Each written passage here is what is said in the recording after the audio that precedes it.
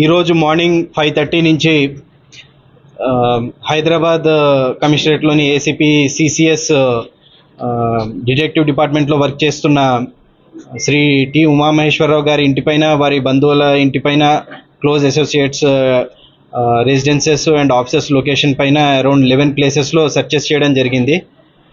ఆయన పైన అభియోగాలు రావడంతో ఆదాయానికి మించిన అక్రమ ఆస్తులు ఉన్నాయన్న నేపథ్యంలో ఇవి సెర్చెస్ చేయడం జరిగింది. సో ఆ సెర్చెస్లో భాగంగా ఇప్పటిదాకా అన్ని సెర్చెస్ అన్ని ప్లేసెస్లో చూసి కన్సాలిడేట్ చేసుకుని ఇచ్చేస్తే అరౌండ్ 17 ప్రాపర్టీస్ ఈయన వేరియస్ ప్లేసెస్లో ఈయన బంధువుల పేరు మీద కొన్నట్టుగా తెలుస్తోంది. అండ్ అందులో ఒక 5 ప్రాపర్టీస్ గట్కేసర్ ఏరియాలో ఉన్నాయి, కొన్ని ఆంధ్రాలో కూడా ఉన్నాయి. ఒక 7 ప్రాపర్టీస్ వైజాగ్ దగ్గర చౌడవరం అనే ఏరియా ఉంటుంది, ఆ చౌడవరంలో కొన్నట్టుగా తెలుస్తోంది. అట్లనే ఇక్కడ ఈ సేమ్ అశోక్ నగర్ ఏరియాలోనే అరౌండ్ 4 ప్రాపర్టీస్ ఉన్నాయి. షామీర్పేటలో ఒకటి, కుక్కట్పల్లిలో ఒకటి, అండ్ ఆల్సో మెడ్చల్ మర్కాజ్గిరి అటువైపు కూడా ఒకటి అన్నట్టు పర్చేస్ చేయడం జరిగింది. సో అవన్నీ కూడా తీసుకున్నాము, డాక్యుమెంట్స్ అన్నీ కూడా సీజ్ చేయడం జరిగింది. అలాగే వేరియస్ వాళ్ళ రిలేటివ్స్ హౌసెస్లో వాటిలో చూడగా అరౌండ్ ఒక 38 lakhs క్యాష్, అంటే 37,50,000 అట్లా క్యాష్ అదొకటి సీజ్ చేయడం జరిగింది. గోల్డ్ కూడా సుమారు వేరియస్ టైమ్స్ 60 తులాస్ గోల్డ్ అది కూడా సీజ్ చేయడం జరిగింది.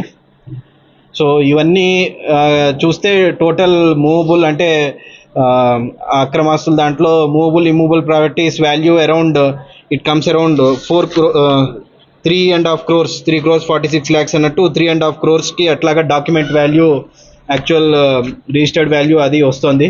ఇక మార్కెట్ వాల్యూ మేము చెప్పము, జనరల్గా మీరు మీ ఎస్టిమేషన్ వేసి చూసుకోవచ్చు.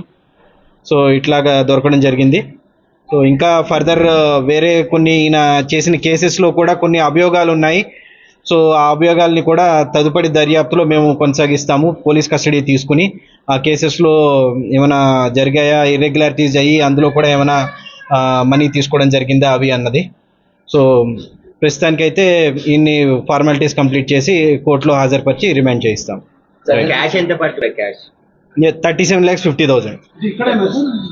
ఇక్కడ అంటే ఇక్కడ 3 houses ఉన్నాయి, వాళ్ళవి వాళ్ళ రిలేటివ్స్. అందులో మిగతా 7 చోట్ల క్యాష్ కానీ గోల్డ్ కానీ లేదు, అక్కడ లేదు, ఇక్కడే దొరికాయి. బ్యాంక్ లాకర్లు ఎన్ని గుర్తించారు సార్? లాకర్లు కొన్ని దొరికాయి, అరౌండ్ 2 లాకర్స్ దొరికాయి. సో అవి ఇంకా చూడాలి, ప్రస్తుతం సిబ్బంది అంతా ఇక్కడే ఉన్నాం కాబట్టి రేపెల్లుండిలో అవి వెరిఫై చేస్తాం, ఫ్రీజ్ చేయించేసాం.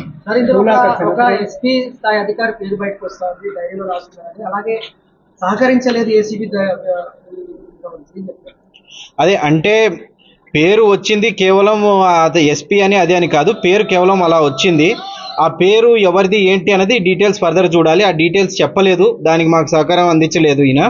సో అందుకని తదుపరి పోలీస్ కస్టడీలో వాటిలో మేము అది కనుక్కుని ఆ పేరు కూడా ఇది చేసి అది ఇన్వెస్ట్మెంట్ చేశారంటున్నారు. ఆ ఇన్వెస్ట్మెంట్ ఫర్మ్తో కూడా మాట్లాడి అందులో అటువంటి ఇన్వెస్ట్మెంట్ అయిందా, ఆ పర్సన్ ఎవరైతే ఉన్నారో ఆ పర్సన్ చేశారా లేదా అన్ని వెరిఫై చేసి మేము కన్సల్టేట్ గా చూస్తాం. అది ఎవరు సార్, ఏం పేరు ఉంది సార్? సందీప్ రావు అని చెప్పేసి వస్తున్నారు. అంటే పేరు యాక్చువల్ గా ఇతని గ్యాడ్జెట్స్ లో చూస్తే సందీప్ అని ఉండే, దాన్ని మరి ఎట్లా వచ్చిందో తెలీదు, మీడియా వాళ్ళు సందీప్ రావు అని తీసుకున్నారు. బట్ అది మేము చెప్పలేము ఎవరన్నది.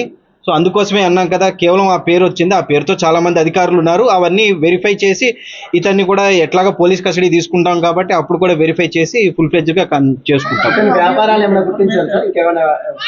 రియల్ ఎస్టేట్ లో పెట్టుబడులు పెట్టారంటున్నారు సార్? అయ్యాయి, అది షామీర్పేటలో ఒక విల్లా పర్చేస్ కోసం అంటూ ఇచ్చేశారు, అండ్ వేరే వాటిలో కూడా అయ్యాయి. సో అవి చెప్తున్నాం కదా, ఫర్మ్స్ కూడా వెళ్ళాము, వాటి నుంచి ఇంకా కొన్ని రిపోర్ట్స్ అవి రావాలి, కొన్ని 2-3 కంపెనీలు వాటి నుంచి. అవి వచ్చిన తర్వాత మేము ఫర్దర్ కన్సల్టేట్ చేసి చెప్పగలం. ఎవరి నుంచి ఎంత తీసుకున్నారు ఏంటి అన్నది అయితే ప్రస్తుతానికి మేము చెప్పలేము. ఆఫీస్లో కూడా టీం ఉంది, మీకు తెలిసి ఉంటుంది, సిసిఎస్ ఆఫీస్లో. ఈ కేసు ఇంకొక కేసు కూడా మా దృష్టికి వచ్చింది. ఆ కేసులో కూడా ఒక ఎన్ఆర్ఐ ఇన్వెస్ట్ చేసిన కేసులో కూడా కొన్ని అభియోగాలు వచ్చాయి, ఎఫ్ఎంసీజీ ఇన్వెస్ట్మెంట్ ఏదో చేసిన దాంట్లో అన్నది. సో ఆ కేసెస్ వివరాలు తీసుకుని తర్వాత వాళ్ళని పిలిపించి ఎగ్జామిన్ చేసి ఏమైనా అయ్యిందా మీరు అన్నట్టు అన్నవి వెరిఫై చేస్తాం. అరెస్ట్ చేశారు సార్? చేస్తాం.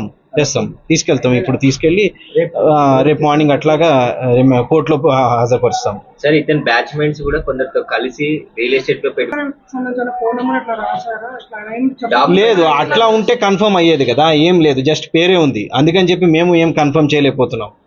అది డిపార్ట్మెంట్ కి సంబంధించిన అది కూడా అదే తెలియాలి కదా, జస్ట్ అదే పేరు ఉందని చెప్పాను నేను, సందీప్ అని చెప్పని. సో అది ఏంటా అన్నది ఫర్దర్ ఇన్వెస్టిగేషన్లో తిను కూడా మాకు చెప్పలేదు. సో అందుకని చెప్పి ఆ గ్యాడ్జెట్ ఆ డేట్ అందుకనే అన్నాను, ఒక ఫర్మ్లో అంటున్నారు, అందులో మేము వెరిఫై చేసి అది ఎవరా పోలీస్ అధికారా వేరే ఎవరా ఏంటా అన్నది డీటెయిల్స్ తెలుసుకుని ఫర్దర్గా మేము ఇచ్చేస్తాం. కుటుంబస్తులపై ఎన్ని ప్రాపర్టీస్ ఉన్నాయి?